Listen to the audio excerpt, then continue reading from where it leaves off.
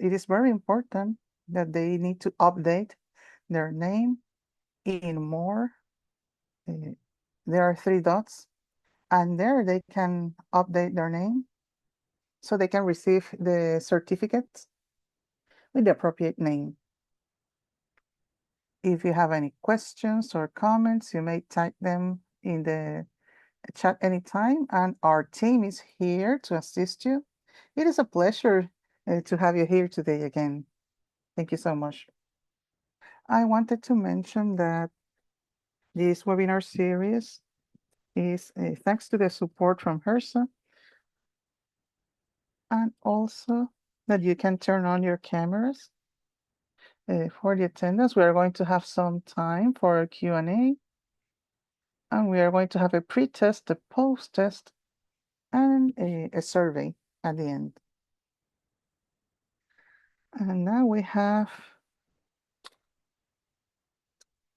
simultaneous interpretation services available for you for English and Spanish. In order to access this interpretation service, you may click the More on the bottom of your screen, and then you may select the language that you prefer. If you prefer Spanish, you don't need to do anything, but if you prefer English, then you just need to click English.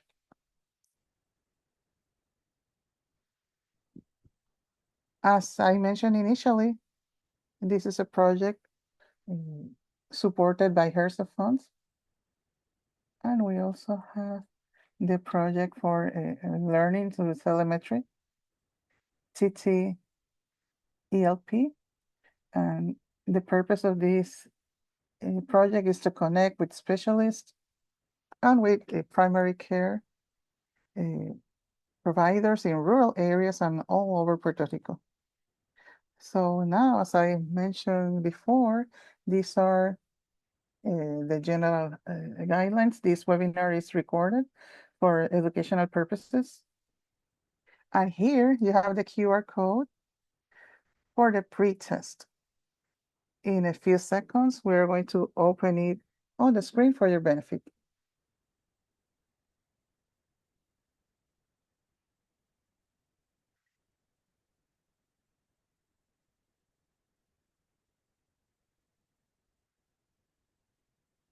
Welcome again to all of you. We hope that this webinar is for your benefit. You may start answering the pre-test.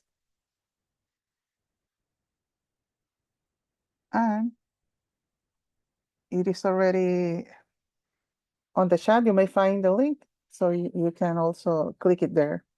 And this pre-test is going to be open for a few minutes. You may go ahead and answer the questions. And I am going to stop sharing my screen, and we are going to continue with Dr. Leticia Hernández. She has joined us before from the ECO series and also in the past webinar. She's an excellent research and educator, and she's going to talk to us about managing type 2 diabetes mellitus and obesity. And without further ado, we'll continue with Dr. Leticia Hernández. Good afternoon, everyone. Welcome to this webinar. And I am going to start sharing my screen, and we hope that this is useful for all of you. It is not letting me share my screen.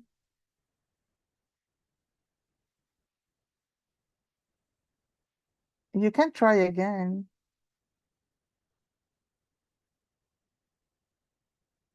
Can she be a co-host? If any of my colleagues may assist me.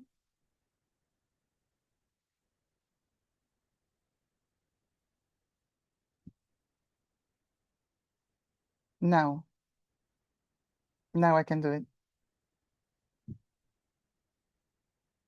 Okay, so let's continue with the presentation. Can you see it on the screen, the presentation? No, not yet. Good afternoon. No, we cannot see it yet. Thank you.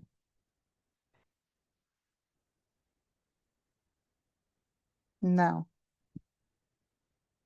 yes, now you can see the PowerPoint. Yes, now we can.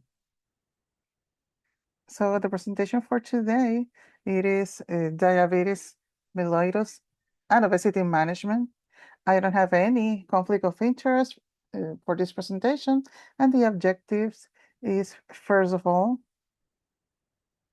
it is to describe obesity as a chronic multifactorial disease and to compare at least two limitations of the BMI related to other indicators for adiposity or amount of fat in our clinical practice, and to interpret epidemiological data that are relevant regarding obesity and diabetes, and to apply this information to stratify what would be the risk for the patients that we are receiving under primary care, and to identify the main determinants for obesity and to differentiate how those trends of distribution of adipose tissue, visceral versus subcutaneous, to classify that risk. So we are managing to recognize at least 5 complications related to obesity and to see what would be, to quantify what would be the expected clinical impact in the weight loss in relevant metabolic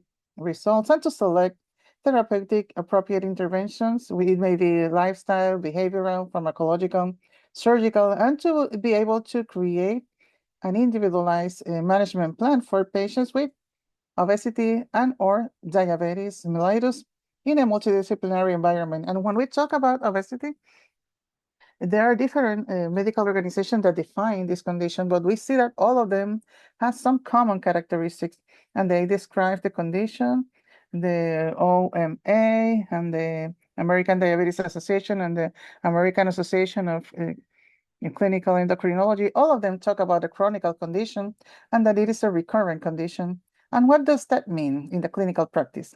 That it is a condition with which we are going to work throughout the life of the patient, and we need to continue adapting that plan.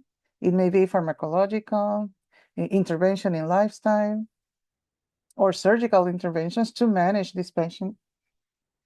And it is very important also those interventions at the behavioral level. So it is a multifactorial condition.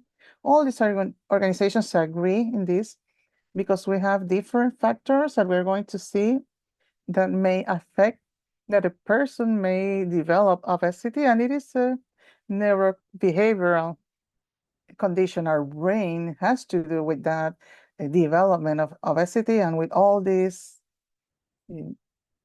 cues or factors that may affect in our development of obesity. And a very important thing that all these organizations talk about, OMA, ADA, and ACE, is that it is a dysfunction of the adipose tissue. So it is not only an accumulation of excess fat, but there is also problems in how that fat is working and how those complications associated to obesity are affecting the patient. And first, that adipose tissue may increase the risk of metabolic consequences like diabetes, fatty liver, chronic hypertension, and chronic disease. And also, for example, the development of hypertension, it comes not only from those changes at the hormonal level, and in terms of cytokines and related to the adipose tissue, but also to those strands related to that excess of adipose tissue on the organism that may also have results in biomechanics, for example, sleep apnea and osteoarthritis, which are complications that we see frequently in patients living with obesity. And all of this, at the end, you may see that the obesity management should be approaching the prevention of those complications at the metabolic level, as well as psychosocial related to the development of obesity. And when we talk about multifactorial, and we have seen it in all these definitions from the medical organizations, we can see genetic and epigenetic factors, genetic from our parents, but the epigenetics are those changes that happen throughout our life that make that genetic material to translate in a different way, and that may affect the obesity, and it should transmit to those children born after those changes. And this is important that these epigenetic changes are related to traumas that happen throughout our life since the moment that we are in the pregnancy of our mother and throughout all our life. So it is important that we need to collect all this history to determine what times in the life of the patient could affect the development and increase or the obesity, social determinants, food security, what social support the patient has, what resources are available. That could also affect for a person to develop obesity versus another person with similar genetic characteristic. Psychological factors is so important that we need to consider is because obesity and depression are highly related, and that's why all the organizations that work with the management of obesity, they remind us that we need to have a patient-centered language, empathetic language, what we call a motivational intervention when we are managing obesity.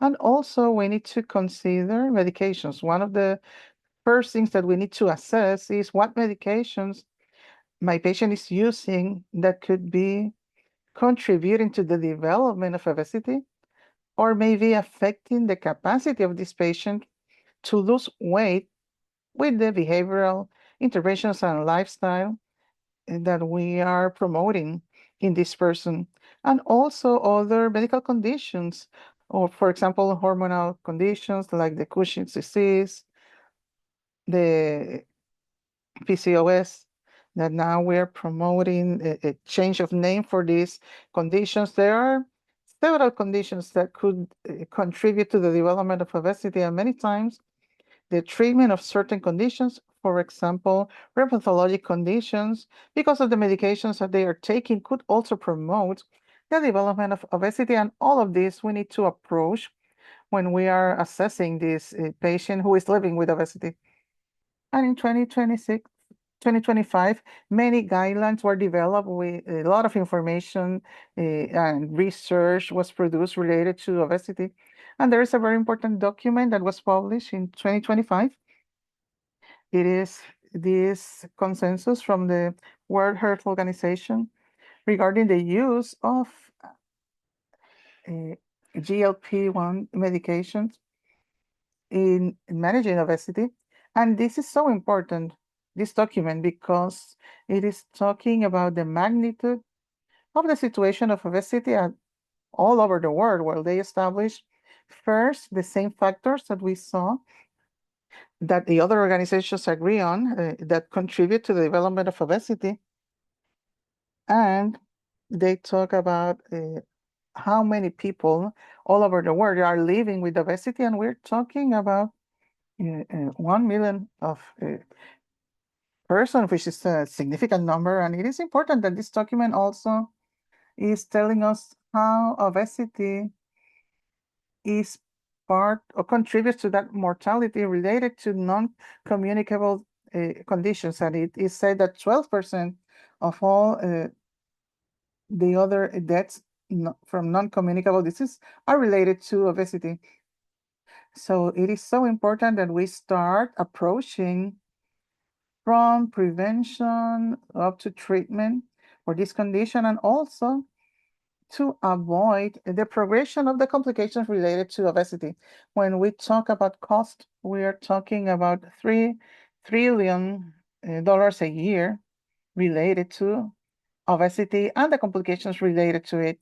And this represents 18%, almost a fifth of the total expense on the healthcare in those countries where they have a prevalence of more than 30%. And we can see that Puerto Rico is one of those countries with more than 30% of obesity. Previously, when I mentioned the obesity versus premature death this table is showing. I don't know if you can see my cursor. This is the effect of obesity in the development of these conditions. And we talk about cancer, ischemic coronary disease, apoplexy, and type 2 diabetes. And in the case of type 2 diabetes, the BMI is in the number 2 position in terms of factors that are promoting mortality because of type 2 diabetes. In terms of, we have in number 11, we have high body mass, and in cancer we have number 4.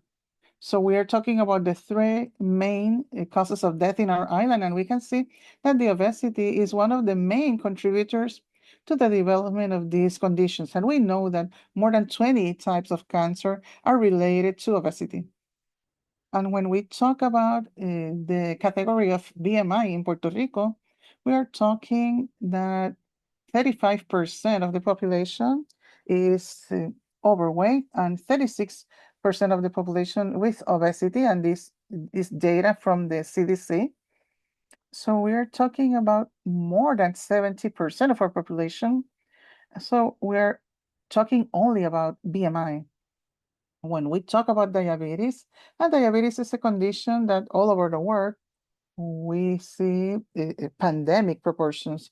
11% of the population lives with diabetes. 4 out of 10 adults have diabetes that is not diagnosed, and 1 out of 8 adults have a high risk of developing type 2 diabetes. Unfortunately, these numbers in our island are even higher than that. And it is projected that for 2050, 853 million of adults are going to be living with diabetes. So the prevalence of diabetes in Puerto Rico, according to the data from CDC, we have a 16% for 2023. However, a study that was made here in Puerto Rico from Avartis, they evaluated medical records and they determined what was the prevalence of diabetes in Puerto Rico based on this information. That number from the CDC is low compared to what we see actually when we evaluate the data from Avartis, epidemiological data from our island, and it is estimated in 20% of adults in Puerto Rico living with obesity. And when we see the data from town to town, there are towns where the prevalence of diabetes may reach 35%. And I understand that there are towns, Atillo has the highest prevalence.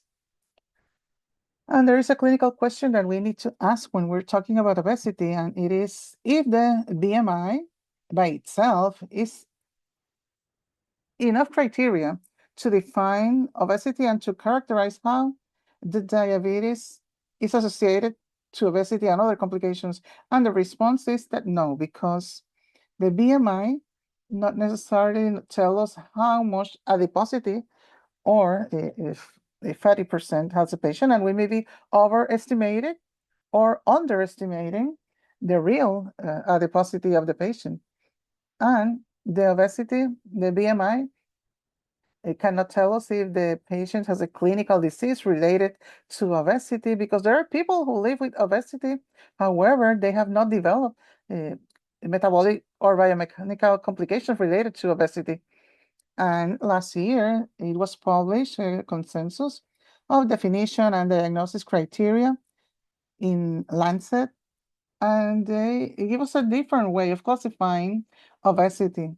And why is it this done?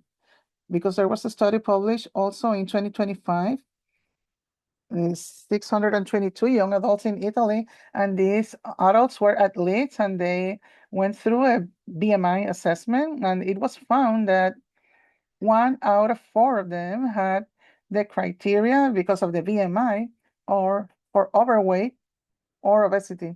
However, when they were assessment for densitometry, which is the standard to measure the BMI, they found that only 4% had were overweight or obese. So we're seeing that in athletes, the BMI was overestimated the risk for these patients. And these patients had a high BMI. However, we can also see that in a study, when we do an assessment of the ethnies, classifying these patients in obesity, overweight, using what medical conditions they had regarding the abdominal circumference, we could see that 18% of the patients who were classified as overweight, when we did that evaluation, they were actually people living with obesity. And what was proposed? That the BMI may be used only as a screening tool to determine whom am I going to go ahead and do additional assessments. And it may be measuring the abdominal circumference, determining the proportion of the waist to hip ratio or height, or measuring directly the percentage of fat, like densitometry, for example. And that's where I would be able to classify that patient by adiposity and not only by BMI. After this assessment, through the medical history, through the lab results and the clinical studies, then we could determine if that patient actually has signs and symptoms of organ dysfunction related to that excess of adiposity, and if this patient has complications in terms of enjoyment of their day-to-day activities, to then be able to better classify what is the risk of that patient. So this is the study that I was mentioning regarding the atlas that I described before. And as you can see, for the BMI, approximately 1 out of 4 were overweight or obese. And when adding the numbers, but when we classify by a percentage of fat, it is much lower.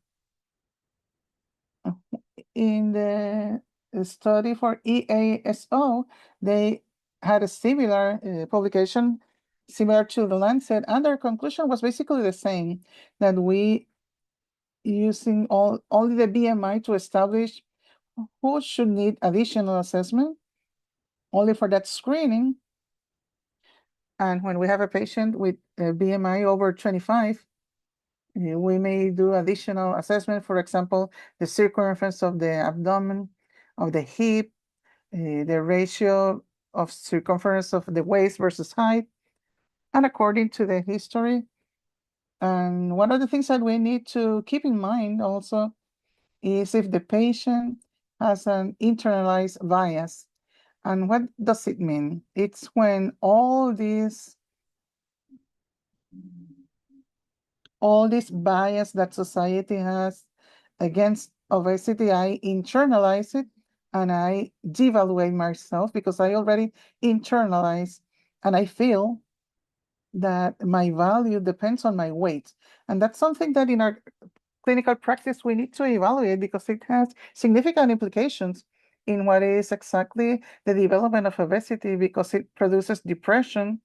And it is like a vicious circle that is created when this patient internalizes that bias. So this classification in this EASO for obesity, it was used to evaluate patients for the AIMHEAD study from 1999 until 2018, and they reclassified 44,030 subjects from 18 to 79 years old, and around 20% of the adults that had been classified as overweight using BMI. When we do this complete evaluation suggested by EASO, we find that 18.8% of these patients were classified as obesity, and they already had metabolic complications like hypertension in 80%, osteoarthritis almost 20%, also with diabetes and 10% with cardiovascular disease. So this highlights the importance of using alternative measures when evaluating our patients. And These numbers that we see here are the criteria that we're going to use, at least in our population, to classify the risk of our patient in terms of metabolic or biomechanic complications related to obesity, among them type 2 diabetes as one of the main complications. In the case of the BMI, we know that the classification over 25 is overweight, over 30 is obesity, and in terms of body fat, it varies by sex, 25% for men and 35% for women. And abdominal circumference here, it is in centimeters, but it would be 40 inches for men and 35 inches for women. In men, the index in over 90, in women over 85. And this, we wouldn't need to change by sex or ethnicity. We could apply this index to any person when classifying the risk. And over 0.5, it's a person with an increased risk of metabolic complications. So we can see that to characterize obesity, it is important to use these adiposity measurements. And we already know that we need to know what is the magnitude, how much adiposity we have, but we also need to assess where is it located, because the location is going to affect in the metabolic risk for that obesity. And also what kind. What is the function of that adipose? Because where is it located is going to determine how it is going to behave, that adipose, in terms of what it's going to secrete and what is the effect that it's going to have in terms of inflammation and the development of complications. It is a sensor of energy. The adipose tissue, the leptin is created when you have a lot of energy. So we stop consuming energy, and we're going to increase the expense of energy. But when we have overfeeding, we're going to increase that adipose tissue, and we have a caloric restriction. We are going to use those reserves of adipose tissue to provide that energy that our body needs. So this adipose tissue is going to regulate that energy homeostasis, and we may use it increasing the number of cells, or the second path with that hypertrophy of the cells that we already have. But where is it located is going to determine the risk. When I deposit that fat subcutaneously, even though it increases the insulin resistance, it is not so much as when that adipose tissue is located in the internal organs, visceral adipose tissue. And that visceral adipose tissue, we can see that in relation in terms of development of that type 2 diabetes, because that is the strongest predictor of insulin resistance. And there is a deregulation under this, when this tissue is located around these vital organs. And when I don't have more room in that subcutaneous tissue to continue depositing fat, then we're going to increase systemic inflammation. We're going to develop fibrosis and hypoxia in that tissue. And we're going to have an alteration of secretion of adipotins and a dysfunction in the mitochondria. And all of this may help in developing this complication, as we know in diabetes, fatty liver, insulin resistance, and cardiovascular disease.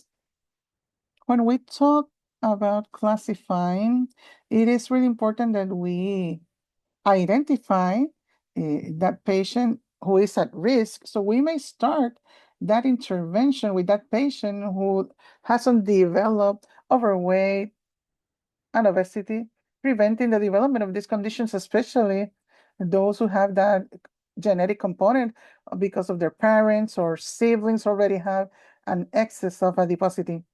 But in those patients that have developed already overweight or obesity and have no complications, we have the time to have interventions. And in those with clinical obesity, then the intervention is to avoid the progression. How can we use this chart with a patient? For example, this patient has parents living with obesity, so it is a patient at risk. If this patient starts increasing their BMI, they would be already in preclinical obesity. But for example, this patient already develops a fatty liver, is something that we call a steatotic metabolic disease nowadays, MASO, what we call MASO. They still don't have fibrosis. This patient has clinical obesity. If this patient already developed fibrosis with MASH, then we say that it is already in category 3 if we use the criteria from the American Association of Clinical Endocrinology. If we're talking about a patient with diabetes, with the clinical obesity would be with nothing. Clinical would be with pre-diabetes. State 3 would be with diabetes. And that's how we're going to classify the patients and how we are going to evaluate the patient. First, with the medical history, where it took all the measurements, we evaluated all that, and now we are going to continue with the medical history.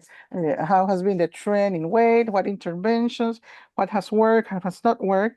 The social history is so important. What are their preferences? What kind of physical activity they do, what social determinants may have, if they smoke, if they drink, and it is important what are their sleeping patterns, the family history to determine the genetic component, and system review that is going to allow us to determine what additional tests I need to do in addition to the basic test for the patient. And something really important, and we can see it on the bottom of this slide, is depression, anxiety, internalized weight, variance, and stigmatization. We need to approach all of this. We're going to have a physical test and we're going to check on the BMI to see who is going to receive additional tests. All of the tests that we have mentioned, circumference of the abdomen, etc., or densitometry if we have it available. All of the labs that we're going to be using for everyone is going to be glucose in HbA1c, lipid profile, creatinine, TFGE, AST, ALT, and we're going to use this to see if there is a risk for fibrosis and if we have to do something else or we have to refer this patient further. Additional tests that I'm going to have, if I found that this patient has certain conditions, we're going to have tolerance for glucose. The most important test that we can check, where we can check the how we are dealing with glucose is to measure, or resistance to insulin is measuring that circumference, and we have to have that tolerance test to see if they have diabetes or pre-diabetes. ApoB-LPA, patients that have lipidemia, that test can allow us, if they have diabetes, that's going to help us to classify what is their cardiovascular risk aside from their lipid profile. The lipid protein is going to allow us to see what is the cardiovascular risk beyond their lipid profile. And we have to do that at least once in life. In women, we have to take that into account after menopause because this can go up after menopause, and that can be showing us that this patient might not have had a risk before, but after menopause might have that risk. Polysomnography, all of these tests that we see on the screen, we can see suppression from this dexamethasone. It's very important that diabetic patients today, we've seen that they have a prevalence of Cushing's than what we saw before, and this is very important. And there are referrals that are very important. We have to refer to social work, rehabilitation, other tests, and we see this in clinic. I cannot exercise because I have pain, and then we have to look for them for a rehabilitation program so that they can have an adaptation for that prescription of exercise based on what is the clinical profile of that patient and what could be done so that they can start improving as they exercise. In the development of their treatment plan, we saw before that there is a classification of the American Association of Clinical Endocrinology. And as we saw at 1, 2, 3, this is what we can use to determine what I'm going to do with that patient. This patient is still diabetes free, so we can start with a change in lifestyle. If they don't respond, we can start using first generation medication to deal with obesity, uh, pertamina, all of these medications, the GLP of first generation. These are medications that we can use with these patients when they already have uh, complications, still are not very severe complications. We are looking for lifestyle changes, but if they have more than 27 plus BMI, we have to then think about pharmacotherapy. And when they are in the third level where they have a severe complication, we, aside from lifestyle changes and the pharmacotherapy, we can then add metabolic surgery. It's very important to evaluate the medications that may be using to promote weight gain. We have to look for secondary causes, maybe syndromic or genetic causes. We have to look at the bias of weight, stigmatization, psychological conditions, uh, eating conditions, social determinant. There are people that cannot write, cannot read. There's something that we still see. What is their access, culture, and preferences? Because on that basis, we're going to start the referrals. And it's very important that we don't only refer to a nutritionist or a specialist in exercise, we have to also refer to a psychologist, to a psychiatrist, to those patients that need that. These are medications that might have a relationship with weight gain. And one of the first ones that we have to look at are those for diabetes. What are the medications such as insulin and other medications can lead that patient into weight gains? If we can change those medications, we should do that. And the same thing happens with psychiatric medications. If there's a possibility of changing their medications, we should do so. In terms of what is the loss of weight that we are looking for in a patient, we need to understand that 3 to 5%, it's we already have a change in metabolism that is positive. So this is very important when we're talking to the patient. We should change our focus little by little from losing weight in pounds to what is the impact of that weight loss in their metabolic profile. When they feel defeated because in their first follow-up visit, it seems that they didn't lose weight, we can look instead at their triglycerides, at their GAC1,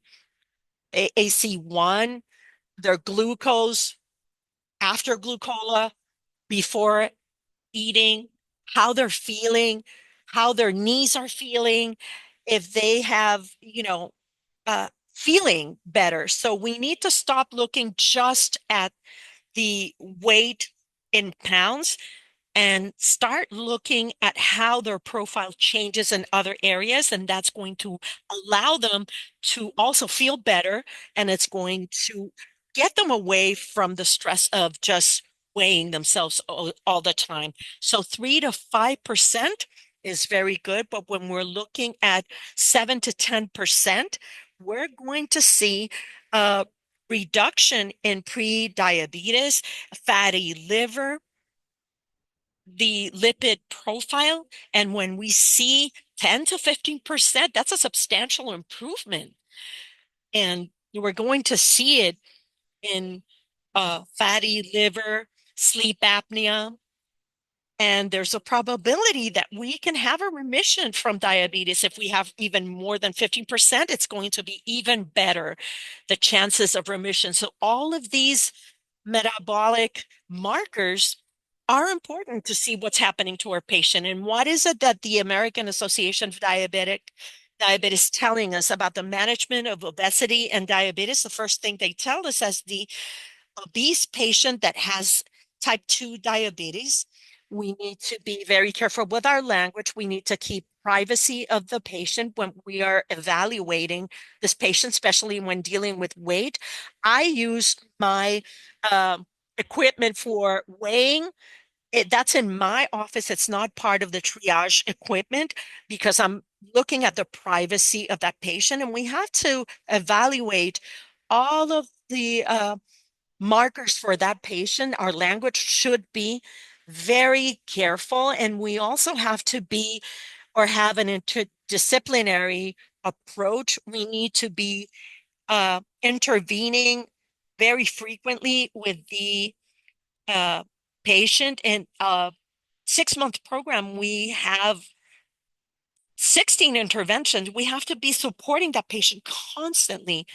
And we can use applications for auto or self-monitoring, applications for smart eating, exercising, sensors for glucose measuring, even with the pre-diabetic patients.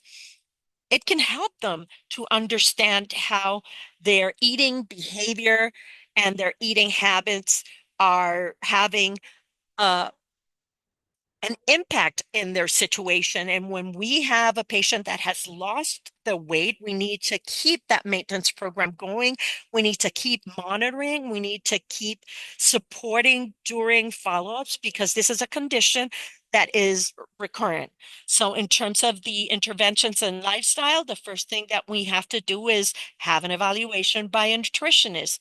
The reduction in terms of calories can be 500 to 750 kilocalorie, but we can do this temporarily in terms of restrictions that can be more substantial, but under a strict supervision and looking at the density of nutrients and the quality of their diet. It's very important that if I have um, a diet of less than 1,500 calories, that patient needs support with vitamins, with supplements for nutrition.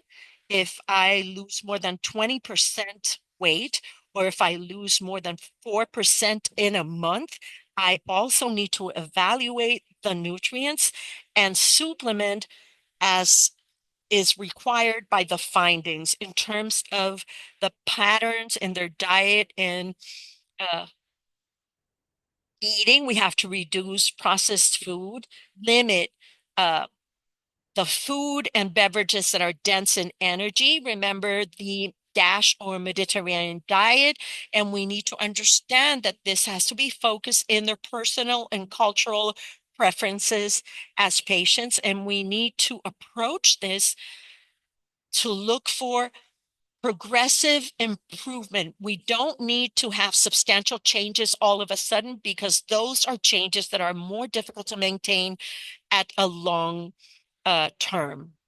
In terms of monitoring, it's very important that the patient, as I mentioned before, we have to be aware of what the percentage of weight they lost. And one of the most common things that I see is when they have lost substantial weight, they lose hair.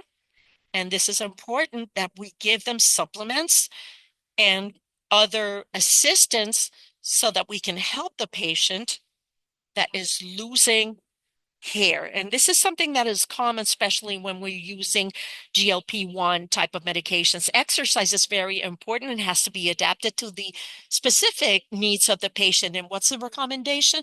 Initially, we want to have 150 minutes a week of exercise. But if I am not doing anything right now, if I stand every hour, if I start walking a little bit more slowly, that's going to allow me to reach that goal of 150 minutes of exercise a week. Resistance exercise is very important for muscles, and we need for that to monitor what we're getting in terms of what we're eating in protein, and the resistance exercising and the monitoring is going to allow us to see how the muscle mass is going to change in that patient. When we're talking about maintenance, the recommendations there is to have 200 to 300 minutes per week in exercise time. But as we mentioned before, the most important thing is to adapt this to the particular needs of my patient. Sleep, recommendations 6 to 9 hours per night. It's very important that we detect if there is any conditions or sleep apnea, and that we look for the adequate treatment for that, and that we offer uh, the referrals that they might need if they, or if we think that they have something like sleep apnea. Of course, behavioral issues are very important. If we have to refer them to a psychologist or psychiatrist, this is going to be fundamental to the management of obesity. And in terms of tools, we need to establish goals that are achievable, that are specific. In my case, what I do is I have a prescription sheet of where I discuss with the patient in each one of the visits how we're going to be changing eating behaviors, exercise, and behavioral changes. And we both sign our commitment, and we evaluate that once more when we visit next time. And the most important thing is language, centered in patient, sensible language. I'm not going to write, they did not achieve the goal in my record. What I'm going to say is we need a little bit more time to be able to reach the goal. We have to establish a different time frame so that we can reevaluate. That part is very important. And when we're evaluating, I call this the sandwich. We give them, or we talk about something positive that we found, and in the middle, what is that the patient can improve, and then at the end, another positive thing. We need to let the patient leave with this sensation that is good, that they feel that they are okay and what they're doing in terms of managing this situation. We don't need this to be a negative experience. When we are talking about nutrition and physical activity in these patients that are using, for example, GLP-1, it's very important to remember hydration, fiber ingest. If we're losing a lot of fat, we need to supplement those vitamins that get depleted, B complex, K, iron, magnesium, and other things that we need to evaluate and are very important. We need to maintain hydration. We don't need caffeine. We don't need alcohol. And of course, uh, we need to ingest fat, but not in excess. That's going to add adverse uh, impacts from the medication. So we need to look at that, and we need to also have a good protein ingestion. Medications are very important. The first generation medications as fenfermina, orlistat, phentermine, ER, all of these medications that appear in the screen, we need to verify if they're hypertense. The phentermine will not be what we're looking for in terms of medication. We need to check on other conditions when we are prescribing this. Those that participated in the past presentation, we know that depending of the comorbidities of that patient that has type 2 diabetes, that we have to take into consideration when choosing um, the different medications. It's not just about what is going to make the patient lose more weight. And this is a table that shows you what is the weight loss that we can look for per medication in and we also had recently some news item about orlistat and the creation of kidney stones when using that. So you can see here the loss of weight with orlistat can be 3 to 3.5%. We have another medication with 4 to 5%, and then we have tiraspalida, 16 to 21%. The diabetic patient tends to lose less weight that those patients that are not diabetic. And we can see here that there are patients that can reach more than 15% in weight loss. You can see it more in semaglutide and tirzepatide of 15 milligrams. And how are we going to select the medication with diabetic patients? Those that are pre-diabetic and metabolic syndrome, tirzepatide and semaglutide, orlistat, liraglutide, phentermine, or topiramate. Then we have type 2 diabetes. We have more or less the same selection of medication. And CKD, as we discussed several weeks ago, the main thing there is for semaglutide, which is indicated to stop chronic renal disease. And in the MACE situations, we know that GLP-1, semaglutide, liraglutide, and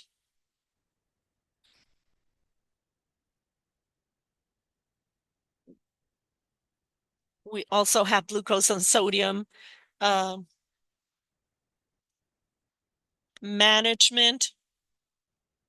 And we see these agonist GLP-1 medications when there's hypertension. We see here the different types of medication that we can use as described in this slide. Those that have cardiac situations and cardiac problems, we can see the sodium and glucose transportation medications inhibitors. So we can use, as you see in the slide, when the goal of the patient and ourselves is that they have more weight loss, and we can use it in combination if the patient has the resources for it. If it's osteoarthritis, semaglutide, and if it's sleep apnea, we know that what is terceptide uh, based on the studies. This is a graph that we saw a couple of weeks ago when we were discussing when we are selecting the medications for type 2 diabetes.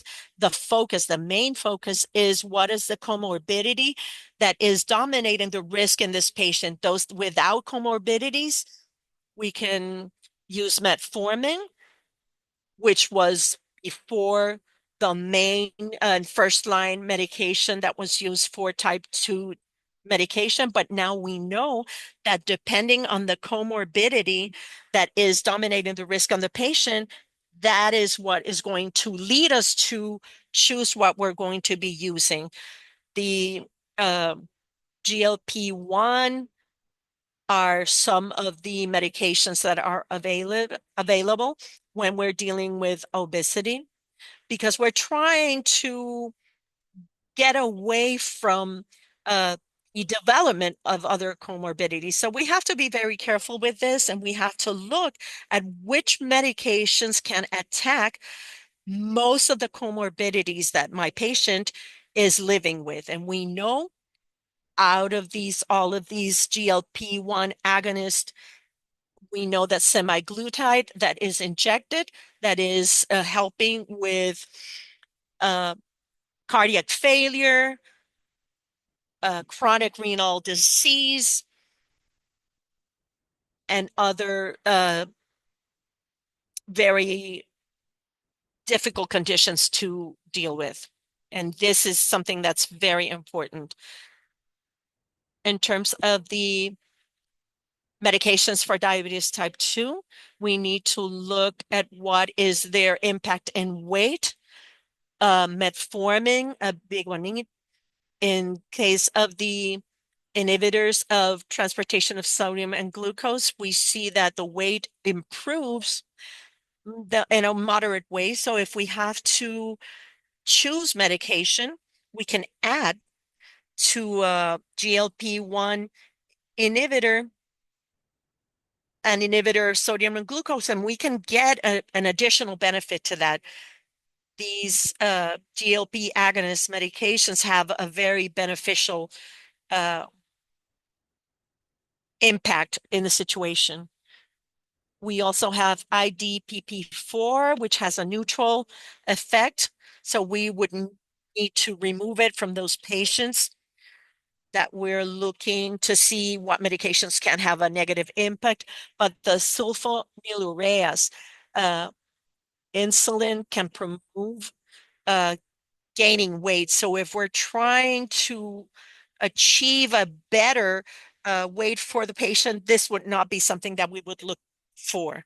In terms of TZD, it is in gray because this medication, what is a subcutaneous uh, fat issue, and this could be a consideration when this patient, when we're considering cost, when they have hepatic diseases, and this is a better choice to treat those patients. I don't know if I have enough time for the clinical cases. I am expecting the, can we go on or should we stop right now? Let's see. What are participants saying? Are you available to stay a few more minutes so that you can see these clinical cases?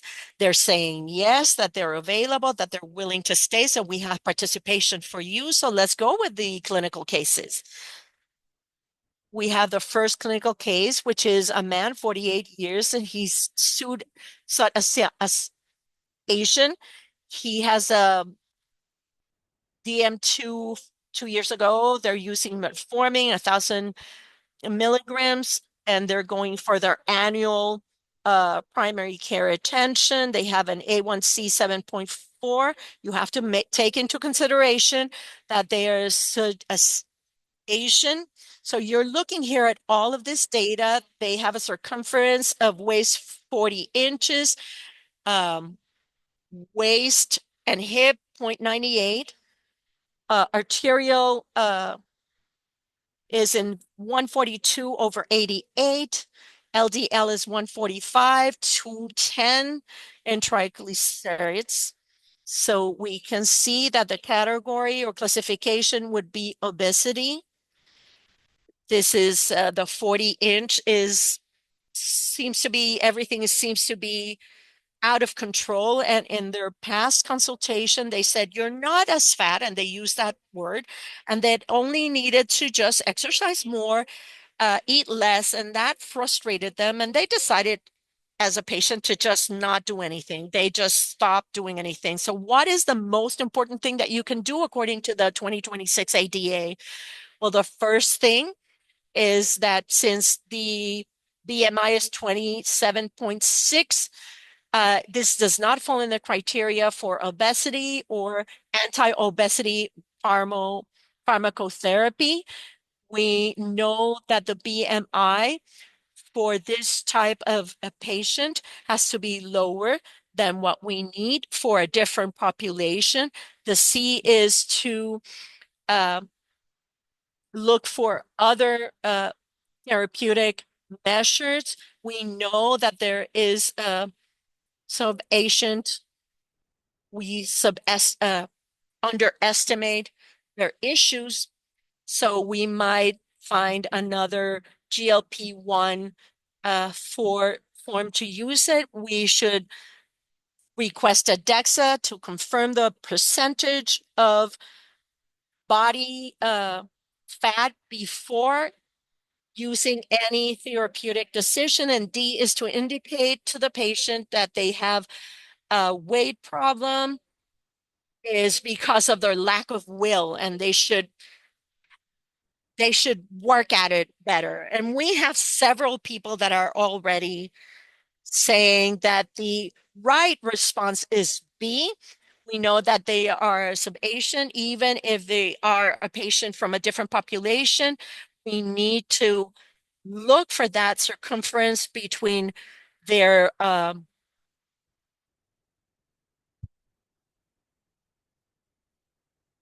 I am sorry, I'm losing a little bit of audio.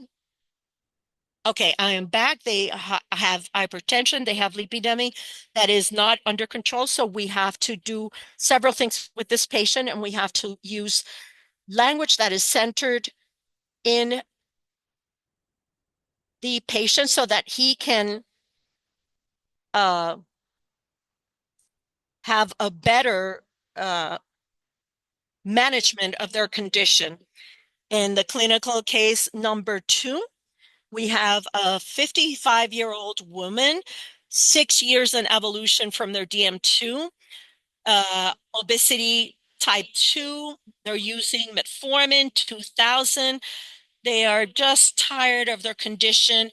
There are barriers of cost, and then uh, their last nutritional evaluation was a long time ago. You can see the numbers: 8.9 A1C, 37.8 BMI, 216 pounds, 5'3" in height, and circumference in their waist 43 inches, 42% in BMI. So they already had an ECB. They have a renal chronic condition, and they have all of these conditions, including MASH. These are the types of management that you can choose from. To add and to refer to bariatric surgery, since the BMI is over 35, and B, to suspend metformin and start a GL2, for example, semaglutide, add an inhibitor, to refer to a multidisciplinary team, nutrition, education, and behavioral health, and to evaluate social determinants among others. C, to suspend metformin due to chronic kidney disease, start tirzepatide, and not refer to mental health because emotional distress is a normal reaction. And D, to add pioglitazone because of the benefit in MASH, to keep gimipiride, and to postpone referral to nutrition until glycemic control is achieved. What do you think? We have B. Everyone shows B, right?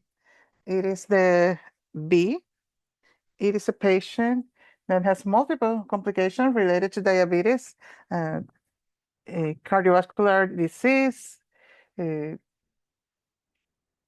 weeks ago, we thought about that the semaglutide in the studies, most of the patients already had cardiovascular disease established. So it is a medication that is very important for secondary prevention for cardiovascular events, and it's going to address the obesity for the patient, also in terms of fatty liver, among other conditions.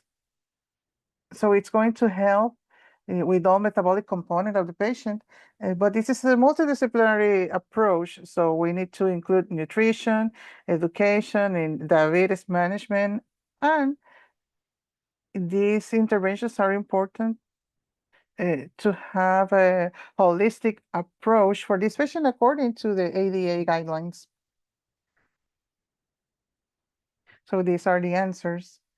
If this patient, for example, didn't have access to the medication, See, the GLP-1 medication, in this case, metformin, we don't have to remove it because it has a glomerular filtration disease of more than 90. So we could decrease it to half, and we could remove obligatory because in terms of stage 2 fibrosis, as long as this patient doesn't have complications to heart failure associated with this. But also there are alternatives in terms of assistance for the pharmaceutical companies that could allow us, for example, to use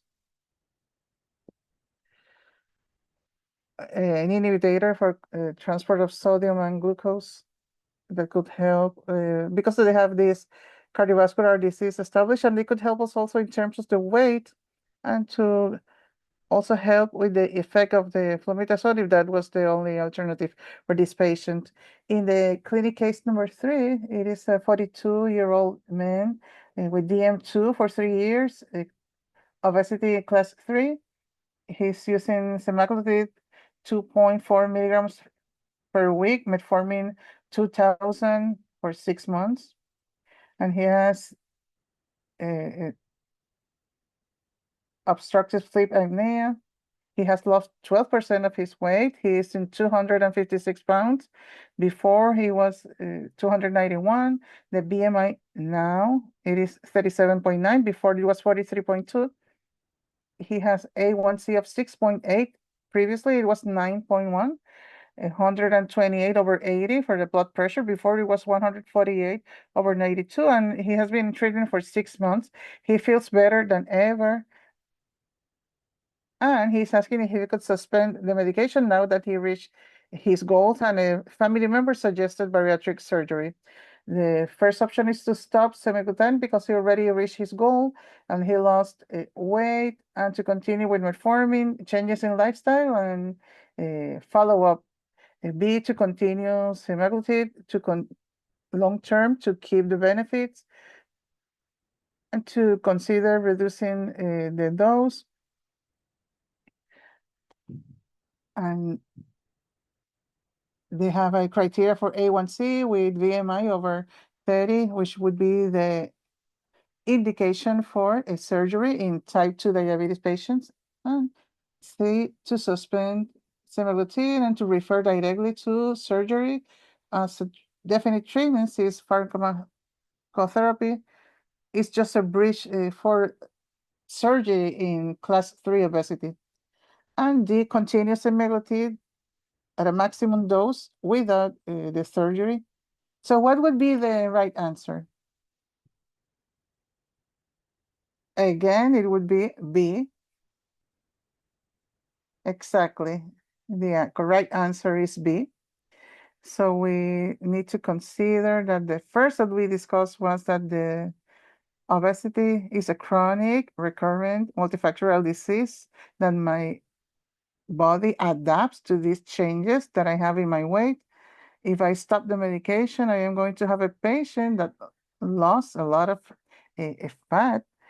So this patient with resistance to leptin is going to have less leptin because it has less adipose tissue.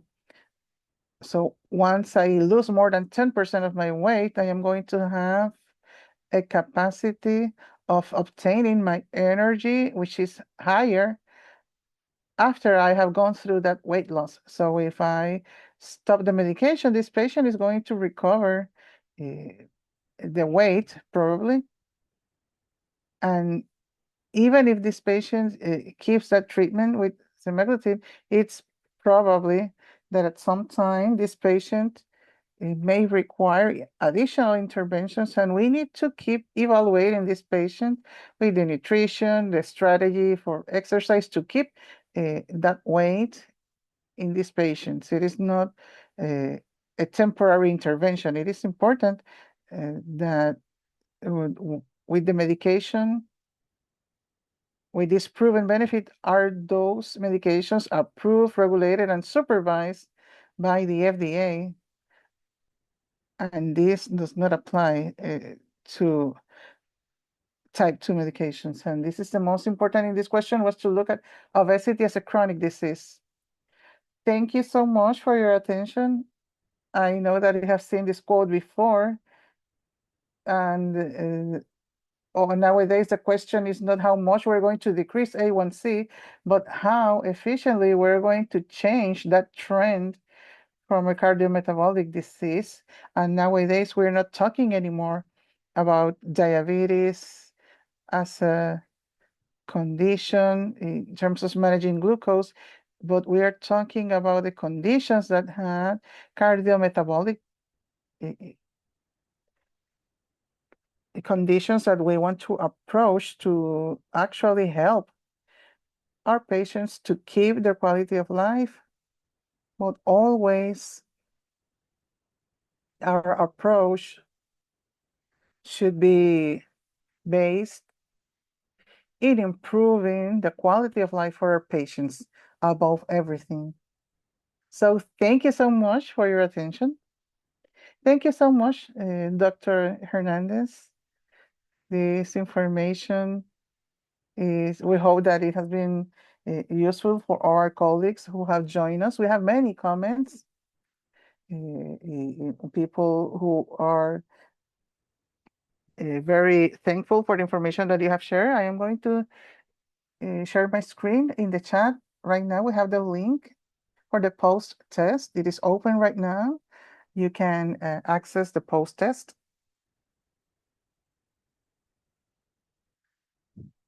And we also have here the QR code. So you can scan it for those who have not been able to open the post test, so you may answer it. I am going to continue. Let me see if I can open the chat, please. Each question that you have for Dr. Hernandez, you can type it on the chat before you disconnect. And we are going to be forwarding the questions to Dr. Leticia. So we wanted to discuss the cases that she had for us, so you can see the cases with her. So any questions that you may have, please type it on the chat and we will be forwarding the questions to Dr. Leticia Hernandez. Then let's have some announcements before the survey. If you could please help me. I appreciate that you have stayed with us these extra minutes. If you could answer the post test, so then we may continue with the survey. And here we have the next webinars that we are going to be having on, I think I am missing one here that I don't have it on the list. I am going to share it later. In secondary management after a myocardial infarct, that would be with Dr. Maria Rodriguez. She's a cardiologist. And later we're going to be forwarding you that information. If one of my colleagues could assist me with the link for this webinar, I think I have it here. So you can subscribe. That would be June 17 at 4 o'clock in the evening. And I am going to share the link here on the chat so you can register for that webinar. And that is going to have continuous education credits. They're going to be free. And the billing and reimbursement process, that is not going to have a credit, only a participation certificate. But later we are going to have Gabriela Tirado with a primary nutritional intervention 1 and 2. And for those, we are going to have a free continuous education credits, so you can register for these webinars. They are already open. We have opened already the survey. We really appreciate that you have joined us today and have stayed with us to make the most of this information. We appreciate Dr. Hernandez for saying yes for each of the initiatives that we always have, and we want to include her. And that will be all until next time. Have a great evening.